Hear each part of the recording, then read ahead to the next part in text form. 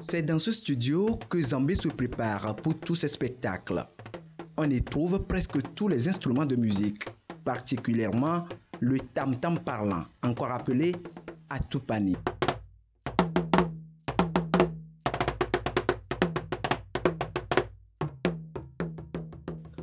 Le tam-tam parlant, Zambé en a fait son compagnon quotidien et c'est depuis son jeune âge, 25 ans déjà.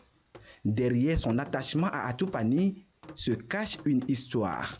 Je fais partie d'une famille royale et donc Atupani a bercé mon enfance. Depuis mon enfance jusqu'à aujourd'hui, Atupani fait partie de ma vie. Le constat que j'ai fait également, c'est que cet instrument est en voie de disparition. Si vous ne rentrez pas au village, vous ne verrez pas Atupani. J'ai dit non, ça ne doit pas être comme ça, puisque j'ai vu en cet instrument-là un bon conseiller.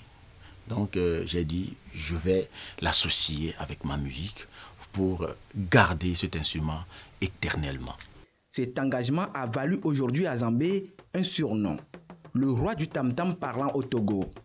Pour ces spectacles, l'artiste est entouré d'un groupe de musiciens.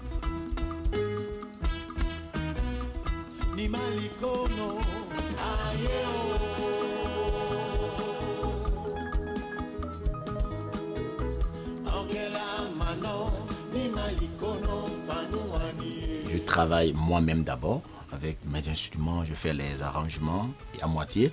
Et maintenant, l'autre moment, c'est de travailler avec les musiciens, de voir comment engendrer, fusionner les choses et parfaire les choses.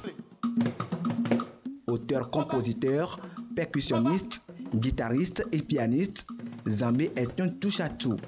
Il s'est marié à sa manière, tradition et modernité.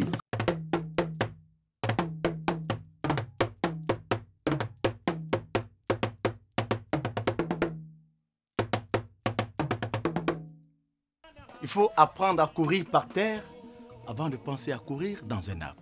Tinu Tido, Touglon Zomabi, Touglon Zomabi.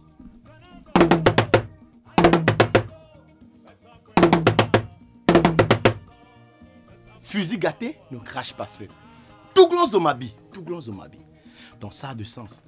Donc nous véhiculons beaucoup de messages que nous ne pouvons pas tout dire ici. Il y a des codes qui sont compris par le public et il y a des codes qui ne sont pas compris. C'est pour cette raison que, après avoir joué, j'explique au public ce que je viens de jouer.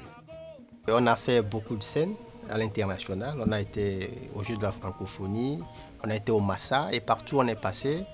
Et les professionnels, quand je dis professionnels, je pèse bien les mots, les professionnels, les anciens, quand ils ont vu Zambé sur scène, ce qui attire leur attention, premièrement, ce sont les Atupani.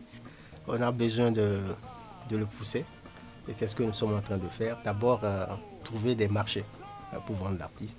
Un savoir-faire, plus encore, un talent qui transgresse les âges et fait parler de plus en plus du Togo, hors des frontières nationales, comme récemment en Côte d'Ivoire au FEMUA édition 2023.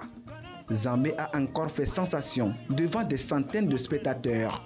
L'artiste veut faire plus pour promouvoir davantage le tam-tam parlant en Afrique et bien au-delà.